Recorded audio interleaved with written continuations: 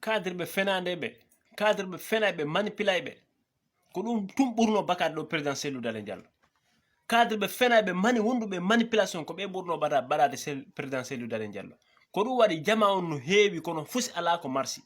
jama on no heewi fusi ala ko marsi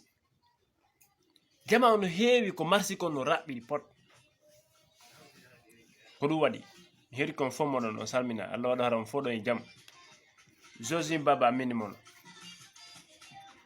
oɗo kadi en hi ko woni yaltude ɗon hannde en hi oɗo kadi ko yaltiti ɗon jaka ɓe fedoroɓe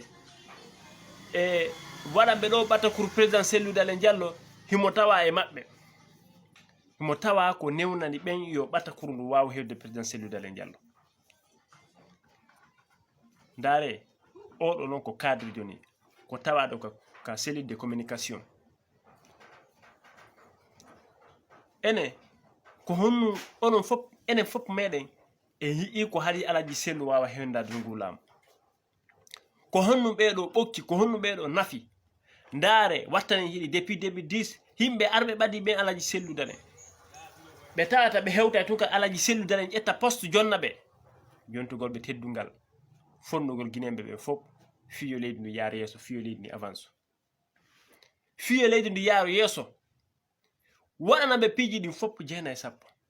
enen kadi militant e sympathisant townen on tigi dow bamben mo dow townen mo dow ɓeɗo fof ko honnum ɓe nafi o parti ko honto ko hiiɗen ɓeɗo ko ɓe waɗi ko tata waɗi importance ko honto woni ko nafi kon ko honto woni ko nafi kon e hi fedoroɓe to woɓɓe maɓɓe inni anda fi muɗum fi ko yewtaɗo ɓata kur waɗano ɗo mo ɓe naɓaɗo président Cellou Dalein Diallo woɓɓe ɓe wi anda oɗo kadi Josine Baba o waynike fi iwgol ka parti FDJ joni noon o parti piiji busno nder ton ko ɗum soñji en o parti ko ɗum soñji président Cellou Dalein Diallo wonɗa ɓen toon wona fof woni yimɓe laaɓuɓe wonɓe gollirde fiyo avance fiyo président o heɓu ko faala ko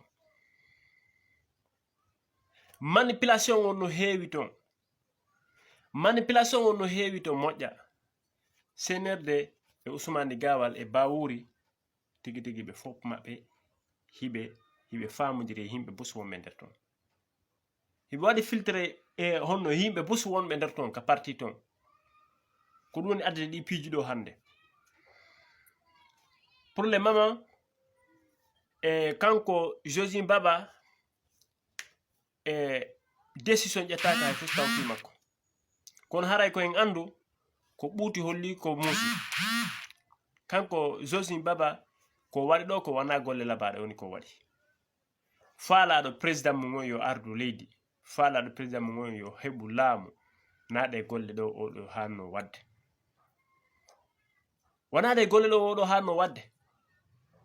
konto no ndi leydi men fokkiti konto ndi leydi men fokkiti kala golliteɓe fof heɓata nunɗuɗo laaɓuɗo laɓɓino ɓernde munden Allah faw en jang wakkilo ɗen militant e sympathisant mo kala ko wontiri koye wakkilo ɓeydi wakkilare goto wata rekil ha heeɓe ko falɗen kon merci